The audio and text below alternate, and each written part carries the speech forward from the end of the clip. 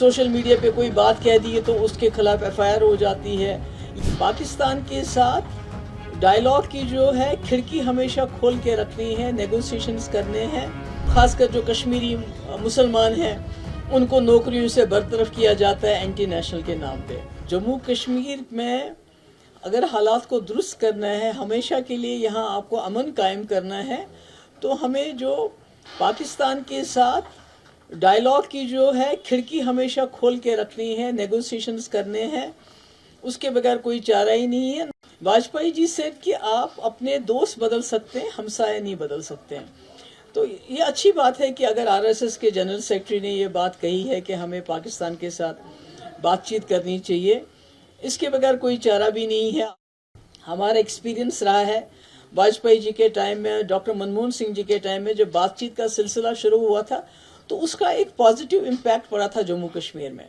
नहीं, ये तो एक वेलकम जो है एक हुई है इसमें, it's a welcome thing, welcome हो गया है, इसका हम वेलकम करते हैं क्योंकि इससे पीडीपी का जो स्टैंड रहा है हमेशा, खासकर मुफ्ती सईद साहब का, कि जम्मू कश्मीर में अगर हालात को दुरुस्त करना है, हमेशा के लिए यहाँ आपको अमन कायम करना है, तो हमें जो पाकिस्तान के साथ डायलॉग की जो है खिड़की हमेशा खोल के रखनी है, नेगोशिएशंस करने हैं। उसके बगैर कोई चारा ही नहीं है। नहीं सिर्फ मुफ्ती साहब, इवन वाजपेयी जी सेड कि आप अपने दोस्त बदल सकते हैं, हमसाये नहीं बदल सकते हैं। तो ये अच्छी बात है कि अगर आरएसएस के जनरल सेक्रेटरी ने ये बात कही है कि हमें पाकिस्तान के साथ बातचीत करनी चाहिए, इसके बगैर कोई चारा भी नहीं है। आपने देखा कि ईरान जैसा एक छोटा सा मुल्क, दूसरी तरफ से अमेरिका इतना बड़ा सुपर पावर, और इजराइल, उन्होंने कितनी अटैक्स किए ईरान पे, पर आखिरकार वो भी इस वक्त मजबूर होकर चाहते हैं कि बातचीत से ही कोई मसले का हल निकले। और इसी तरह ऑपरेशन सिंदूर को 1 साल हो गया, और मुझे लगता है दोनों तरफ से रियलाइजेशन है, खासकर जो यहाँ जो आरएसएस के लीडर ने कहा है कि भाई हमें बातचीत ही करनी चाहिए। तो इससे तो मुझे लगता है कोई रास्ता है नहीं।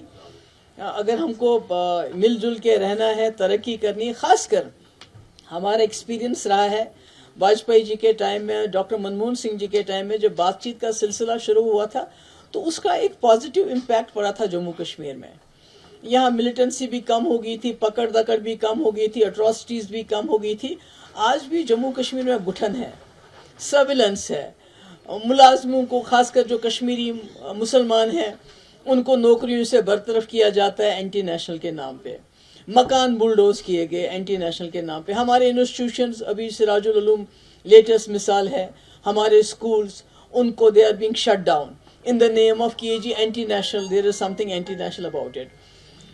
बहुत सी, और अब तो लेटेस्ट है कि चलिए ड्रग पेडलर को पकड़िए, उसको अब जेल में डाल दीजिए, मगर आप उनके घरों को भी आप उड़ा रहे हैं। तो कहीं ना कहीं जम्मू कश्मीर में एक घुटन है, एक पकड़ दकड़ का माहौल भी है। किसी ने कोई सोशल मीडिया पे कोई बात कह दी है तो उसके खिलाफ एफआईआर हो जाती है या उसको थाने बुलाया जाता है। मैं समझती हूँ ये जो माहौल है, घुटन है, ये जो पकड़ दकड़ का माहौल है, ये जो हमारे हज़ारों लोग मुल्क के दूसरे जेलों में बंद है, और अब ये कहते हैं जब से ये ड्रग के खिलाफ एक अभियान चला है कि हमारे जम्मू कश्मीर के जेल भर गए हैं, अब यहाँ जगह नहीं, अब इनको बाहर लेके जाना पड़ेगा। तो मैं समझती हूँ कि ये खाली हर चीज के लिए पकड़ दकड़, जेल, सजा, यूएपीए, पीएसए, इसके बगैर कुछ रखा ही नहीं है। तो मुझे उम्मीद है अगर दोनों मुल्कों के बीच में बातचीत होती, जो कि मैंने सुना अभी कुछ दिन पहले रिपोर्ट्स भी आई थी कि 2-3 महीने से हमारे जो रिटायर्ड जनरल्स हैं, रिटायर्ड डिप्लोमेट्स हैं, और पाकिस्तान के जनरल और रिटायर्ड डिप्लोमेट्स के बीच में एक बातचीत का सिलसिला जो है दूसरे कंट्रीज में शुरू हो गया है। तो अगर वाकई इसको अमली जामा पहनाया जाता है, मुझे लगता है उसका जम्मू कश्मीर के माहौल पे भी एक पॉजिटिव असर होगा।